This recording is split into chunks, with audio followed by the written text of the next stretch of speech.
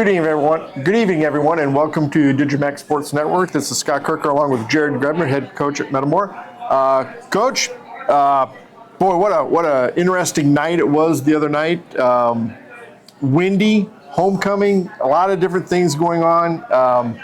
But the wind, that's something you really can't prepare for. No, when you got 40-mile-per-hour gusts and stuff like that, it does alter some game planning a little bit. In pregame when you were trying to kick north, it wasn't going very far at all. No, so not at all. We knew that if we got a punt to the north, it probably wasn't going to happen.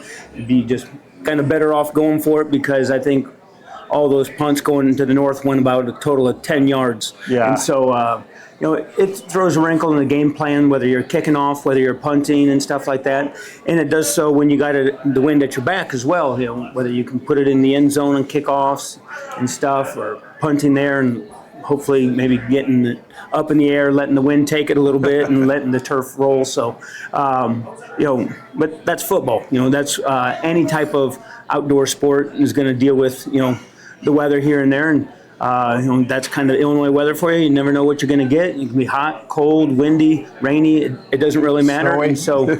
And so, in order to be a good football team, we have to be prepared for stuff like that, and we have to just kind of roll with the punches that the weather brings. Yeah, you've had real hot weather this year. You've had the temperature the other night was actually pretty nice, but the wind was just almost, I want to say unplayable, but it did make things a little more difficult. You took on a pretty gamey Canton team, I thought. They came out and they played pretty well. Yeah, they always do. Canton's got a lot of players with pride, and that always shows when they play on the football field, and that's why you always have to come out and be ready to go. I thought they threw a good first punch there immediately on their opening drive. After that, we settled down, I thought, and were able to get things going, get things rolling offensively, and we were able to take advantage of some opportunities that we had. You came out, they kicked off to us, and you came out and you put together, I thought, a really nice drive. You kind of imposed your will a little bit. You're not real big up front, but it seems like your line is starting to kind of get it. They don't have to have knockdown, road grader type blocks. It's almost like they're out there setting some picks, and your backs are so quick. That's good enough. Yep. And I think they've started to do a really nice job knowing that if they just get the first guy out of the way and then get downfield and get some more blocks, good things are going to happen. Yeah, for sure. They all kind of know their role, but the one thing is they're all starting to mature as a line. With guys like Riley Jackson at tight end, I think he's come a long way. He's improved and gotten more comfortable with things. He had a really good game for us at tight end. Landon Cowper, it seemed like about every play they were just grabbing onto his legs, being the big boy. But he just kept his pad level down and just wore him down as the game went on. And so that was nice to see. And the other guys were playing with great pad level too. And so they know they don't have to give our backs much room, but they're starting to take it upon themselves to make sure that those holes are as big as possible. Yeah, they've started to do a really nice job. And I really like the fact that now you got two backs. Jadon's back healthy now, at least more healthy than he's been. Yep. And, with him, even though they're both kind of speedy backs, they're different. Yeah. They give the defense a different look, whether it be Evan Kyle or Jadon Cranford. It's a different look, and it's almost like you have different sets of plays for each one of them. I know it's probably not that way, but it almost looks that way. And, if you're a defense and you're trying to prepare for Metamore, you've got Jadon, you've got Evan Kyle, and, that's got to be awfully tough to prepare for. And then, they're both, very good runners. They've trained really hard for, their opportunities. Jadon can be very electric, putting his foot on the ground, and then all of a sudden, boom, he's, almost full speed, it seems like, after one cut. And he had one touchdown going to the south where he made a couple of those jump cuts. I'd seen like 3 of them, and then just gave him one at the 1 yard line just for good measure again. And then just kind of stepped in. Just slid in. But he has a knack for making guys miss. And Evan, he is the same way. He doesn't do as many jump cuts, but he knows how to bend it back against the grain. And then you got throwing guys like Stephen Petrie out of the backfield, who it seems like he takes great pride in kind of being a bulldozer out there. Yep. It's almost like he seeks out contact sometimes because he likes to be on the good end of some of those hits. Yeah, the offense is starting to kind of develop a little bit. You couldn't throw the ball much the other night because of the wind. Nobody threw the ball. I noticed that and I don't know if this is really all that true, but when I looked around the area and you look at some of these teams that were throwing, a lot of those teams that were throwing the football, their fields went east-west, not north-south. Yeah, and I mean that makes a difference. Like when you watch the Pekin and Morton game, they got the east-west field. When you're scouting for there, and it does make a little bit of difference. But for us, when we were going towards the north, when it's in your face, it does alter what type of throws you maybe want to call. Same thing with it at your back. I mean, sometimes people think, oh, that's when like the deep ball is the easiest, but sometimes it's the hardest. It's harder to control at that time just because you might push it 10 yards farther than what you think. And so just getting used to some of those conditions is always challenging, but our kids are up to the challenge. Yeah, I thought that offensively, you're starting to get, you can see a little bit better and a little bit better and a little bit better each and every week. And we'll talk about, you're probably going to need that this coming week, but we'll talk about that after the break. But defensively, you came in with some guys, you were able to rest some guys this past week, and the guys you used to fill in for those guys in different areas, some of those guys played awfully well for you. And that's part of being on a team sport. When one guy's unable to go, that's what you train for all off season, and that's what you practice for. Is because you never know when your number is going to be called and when you're going to get that opportunity to go out there and prove yourself. And the guys did just that. Some guys were new starters. Some guys got shuffled to positions, like Shea Seals. It wasn't his natural position, but for the good of the team, he moved inside for us. And Grady Neal comes in and fills in. Jacob Bakama, he comes in on the defensive line and got some great work in for us and everything like that. Caleb McAllister came in at strong safety and did a really good job. And so you just have stories like that over and over again. And, that's what good football teams are supposed to do. You're supposed to be able to put the next guy in and have total confidence in them. And, we all do. The coaches, their teammates standing beside them, they all trust one another. Jacob Akima, first year out for football. Yes. I thought the first drive, they kind of took it to him a little bit, but after that, it was a stalemate. Yeah, he kind of figured it out, didn't he? He's got a bigger body, and it's nice to be able to put him in there.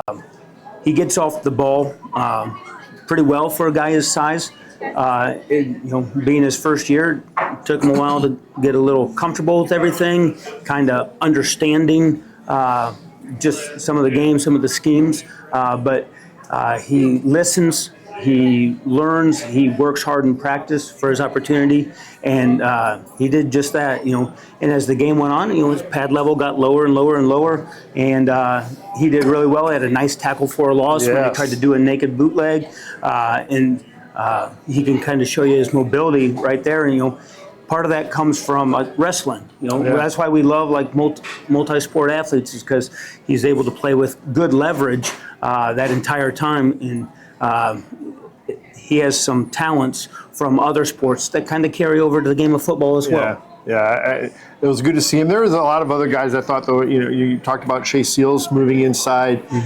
He had a really nice game in the middle. I think 11 tackles, I believe. Schalk had 11 tackles. Schalk had 11 tackles. So your backers have been doing a pretty nice job. Shea had our second most tackles on the team, and that's kind of how it should be with the linebackers. And I think Brad's been feeling more and more comfortable in there. He saw some really good windows as Canton was kind of near the 5-yard line or something like that.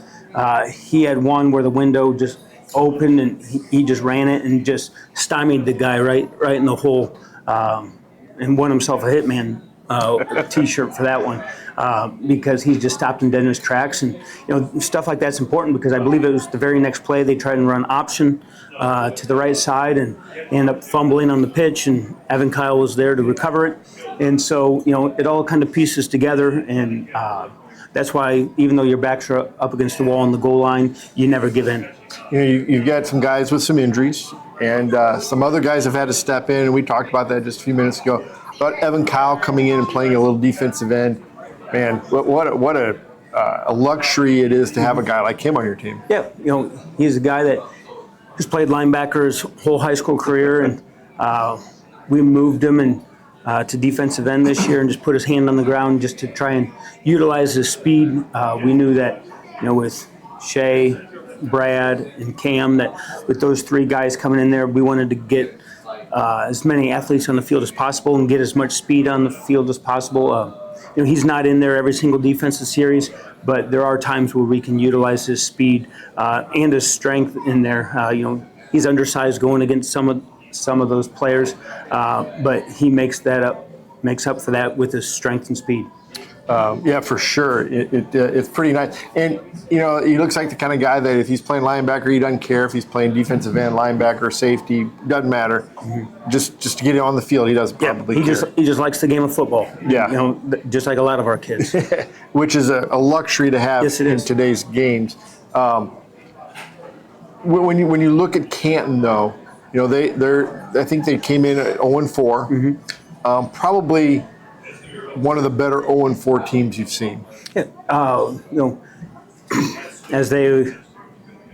as you could see in the previous week against East Peoria, they were starting to gain some momentum. In fact, you don't see them run much overload and 3-back formations up until that East Peoria game, and they started to move the ball those last 2 series and ended up scoring using that formation that they came in with against us as well. And so there was that they kind of found something there, and it kind of established a little bit of an identity of who they want to be, not totally, but just another package for them. Sure. And those guys were very good at that. But you could see them gain momentum in that East Peoria game, and they had the lead late. East Peoria ended up coming and taking the lead with a minute left, and as we kind of talked about last week, they did the old hook and ladder and fell a half-yard short, and so they're right there. And so those guys came in with a lot of confidence. They put up some points. I think it was 30 points against East Peoria, and they ended up losing 33-30 in that game. But that was a back-and-forth game right until that very last second, and you could say, man, 10 more seconds and they win that ball game because they're on the half-yard line. But coulda, shoulda, woulda. That's kind of the game, and time ran out on them. But you could just see them gaining momentum and coming in with some confidence. Yeah. Why don't we go ahead and take a break, and when we come back, we'll say who our player of the game is. We'll talk a little bit about your upcoming game with Pekin and the rest of the Mid-Atlantic Conference. All right. Central Illinois, you asked for it and we listened. Germantown Grill is growing to meet customer demand, adding more dining space and a private gaming area featuring games powered by Gold Rush, the gold standard in video gaming. And Germantown Grill still has all the food and spirits that keep our customers coming back. Stop by to check out our daily specials. The game's on at Germantown Grill, where Central Illinois loves to eat. Open 7 days a week, just off Route 116. Welcome back to the Jared Grebner Show.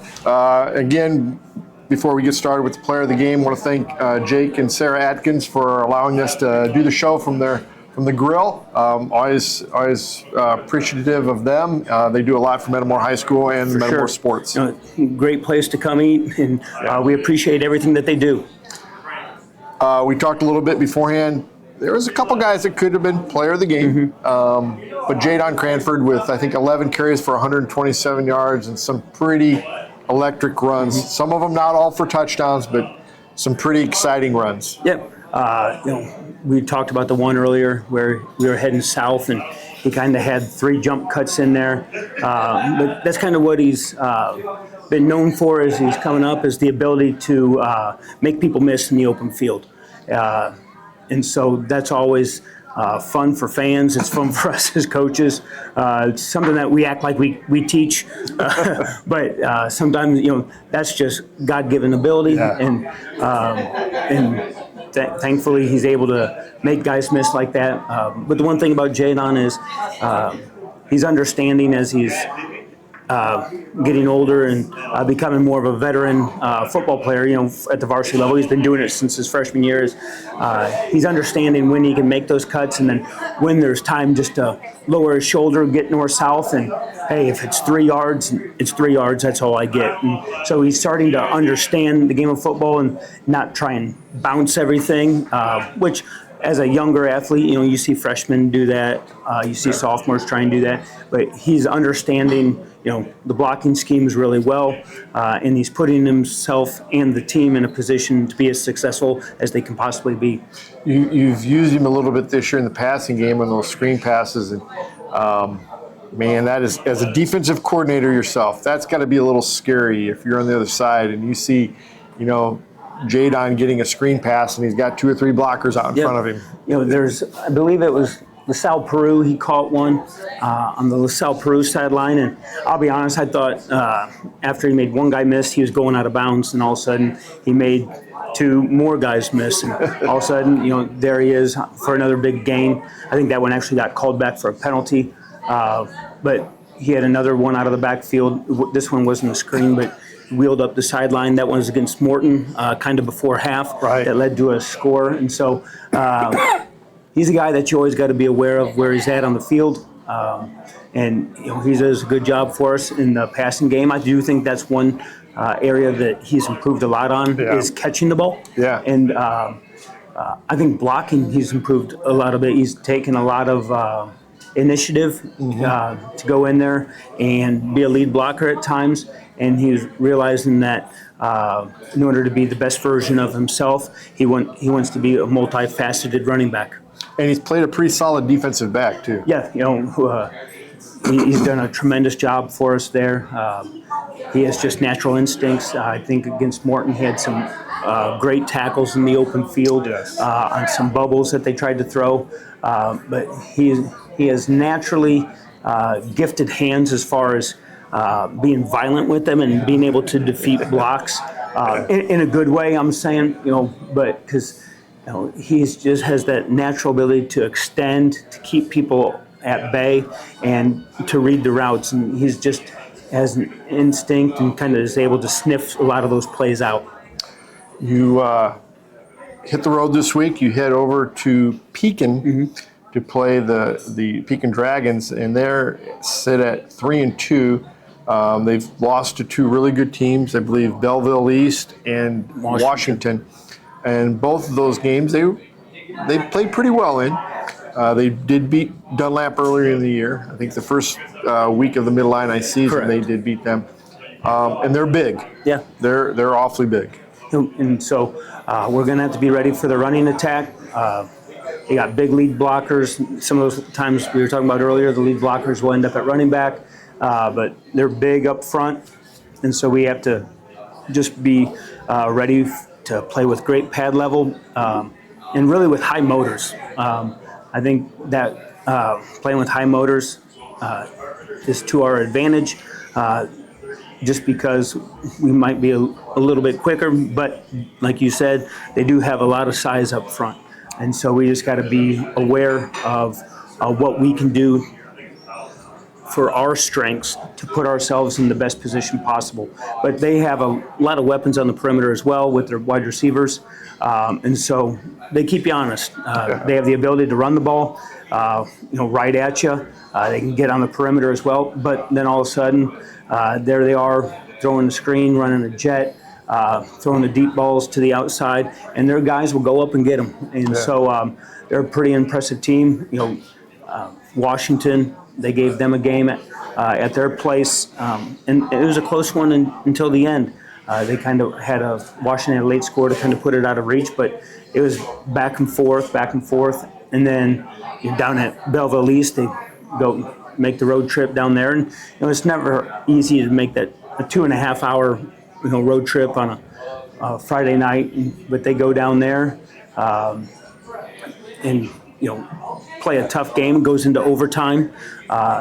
There they were at the, I can't remember exactly, but it seemed like about 2-yard line, somewhere around there, with 4th down going in, and just couldn't quite complete one of their passes, and that's how the game ended. But they were knocking on the doorstep, and so when you look at them, they're a couple plays away from possibly being 5-0 at this time. Yeah. And it's a team that knows how to win. They have some guys that are seniors this year that were starting 2 years ago when was it the quarters that they went to? I believe it was quarters, yeah.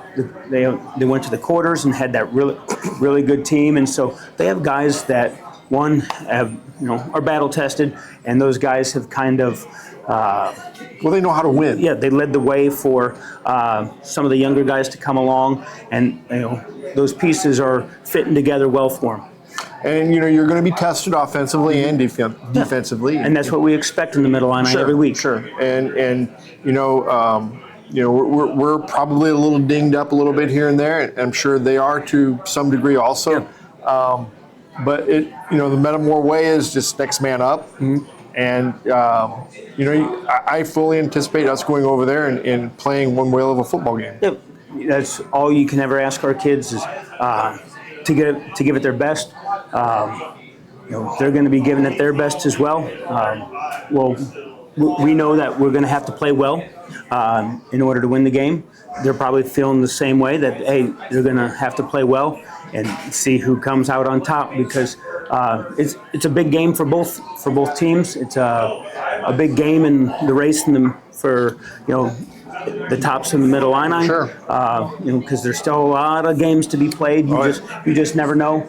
And so it has a lot of implications one way or the other. And so both teams are going to have to come out and be ready to play. It's their homecoming. And so they're going to be ready to go. They'll have a big crowd. They'll fill the stands. And so we're going to have to match their energy. For sure. When you look around the Mid-Illini Conference, and things are kind of starting to shake out a little bit. You're kind of starting to see, who's at the top of the conference, who's at the bottom of the conference. And, you've got a kind of a newcomer in East Peoria. They went over last week, kind of stubbed their toes at Dunlap. East Peoria is still a pretty decent team. They're 4-1. And, Dunlap is, I believe, 4-1. We're 4-1. Washington and Pekin are both 3-2. But Washington's, I think, the only one at 3-0 in the conference. Correct. And so when you look at the conference, just the conference, you have Washington sitting there at 3-0. So they're kind of in the driver's seat. Some other team's going to have to knock them off. They'll have a couple games here coming up that are tough on their schedule. But that's the one thing about the Mid-Illini is you're going to have to bring it every single night. There's going to be games every single week that that are going to test you as a team. That's going to make you work during the defensive plays, offensive plays, whatever it might be. And so this game this week against Pekin is going to be no different. And that's how everybody approaches every week in the Mid-Illini. Another team, though, with a lot of size up front. Seems like everybody in the Mid-Illini has got big guys up front, don't they? Yeah, we need some Miracle Grow and stuff like that, too. I don't know what they're putting in their water. Yeah. But, no, you got big guys. There's different, talents skills and different attributes and that every team has. Some might be bigger, some might be faster, but one guy or a couple guys don't make an entire team, and that's why it takes not just the 11 that are on the field at that moment, or the 11 on offense, or 11 on defense, or the 11 on special teams. That's why it takes everybody, and you want to keep developing individuals to be the best versions of themselves in order to make the team the best version of itself that it can possibly be. Coach, good luck. It's nice to be 4-1, though, isn't it? Thank you. It is nice to be 4-1. We'll take any win that we can get. So any win's a good win. Any win's a good win, and you don't have to. They don't separate into style points. It's either a W or an L. Correct. That's all there is. And if you win by 1, it counts the same as if you won by 75. Yep. So I think you're kind of inching along, just getting a little bit better each week. Yep. Each week you're just trying to get a little bit better, and you've been doing a pretty good job of that. And I still think your best games are ahead of you, which is where you want to be anyway. Correct. You don't want to peak week 1 or 2. Mm-hmm. And these kids just keep practicing. They keep making strides, and like you said, hopefully our best football's in front of us yet, and we'll keep growing week by week. Well, Coach, good luck Friday. Thank you very much. Bring home a W. Appreciate it. We'll see you Friday from Pekin.